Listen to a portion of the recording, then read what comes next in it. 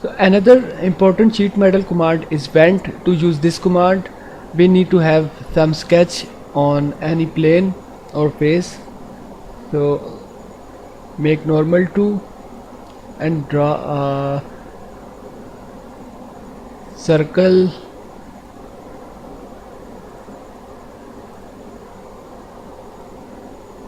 Now line. As it is cleared from name, it is vent for air fans as used in power supplies of computers. So once you have completed your sketch, save and exit from sketch.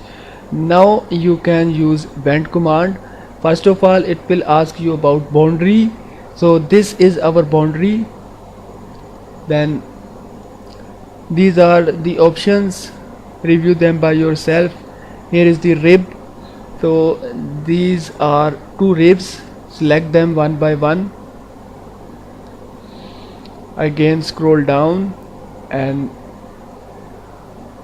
spars, so select this circle as spars. Again scroll down, and then this box is fill in boundary, so select this circle. Once all done, press OK to apply this command and review rest of the options by yourself. So now I'm pressing OK button.